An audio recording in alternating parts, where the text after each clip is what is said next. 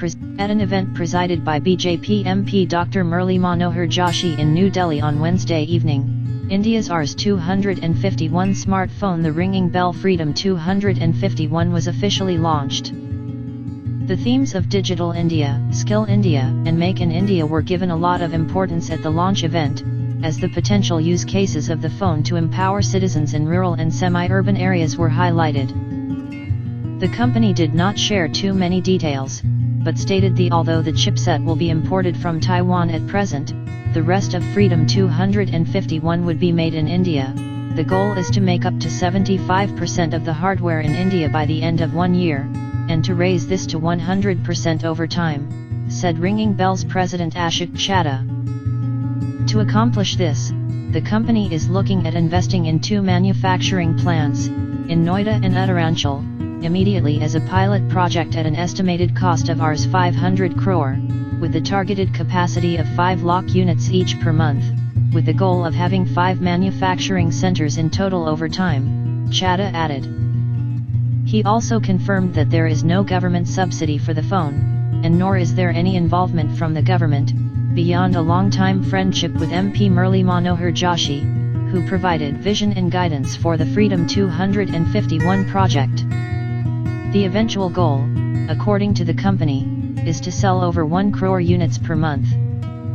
At the launch, Chadha also confirmed that if the number of orders crosses 2.5 lakhs, the company will have to stop taking further orders. The Ringing Bell's Freedom 251 runs on Android 5.1, with a 4-inch display, a quad-core 1.3 GHz processor, 1 GB of RAM, and 8 GB of storage, expandable to 32 GB. The phone, which can be booked online until Saturday, is priced at an amazingly low Rs 251, but you may have to wait a few months to actually get the phone, as units may be delivered as late as June 30th.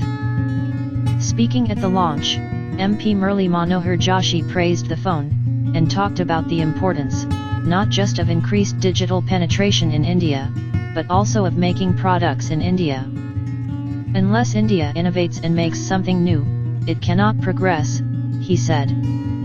Because if technology is expensive, then it's useless.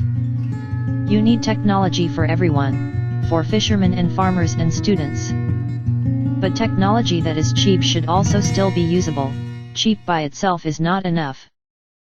The bill of materials cost of the parts for a phone like this is around Rs 2,000. By making in India we take away around Rs 400 from that. By selling online we cut overheads and save another Rs 400, explained Chadha. And as the numbers go up, we're not talking lakhs but much more, we save another Rs 400 from economies of scale.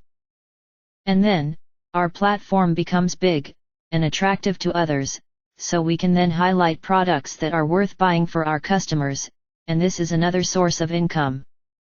We will pass all of this on to the customers, we want to make only a small profit per unit. This was a point Chadha repeated more than once. But although the points about making in India and economies of scale from increased manufacturing make sense, assuming a Rs 400 to 500 saving through online sales seems a bit odd. While that is a saving on the total costs involved in selling phones, it doesn't cut into the bill of materials, which is the cost of the components of the phone, and won't be affected whether the phone is sold online or offline.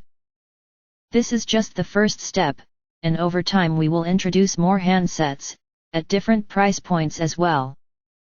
And in a year or 2 we want to launch a Bell SIM card which will also have some unique features, added Mohit Goel, director, Ringing Bells. It's an interesting idea, though an untried one, and as of now, all the company really has is a prototype put together from off-the-shelf parts.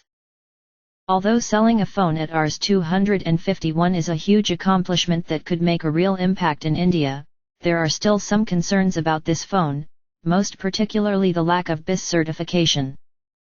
The company did not respond to a question about BIS certification, and only said that the phone being shown presently is merely a prototype.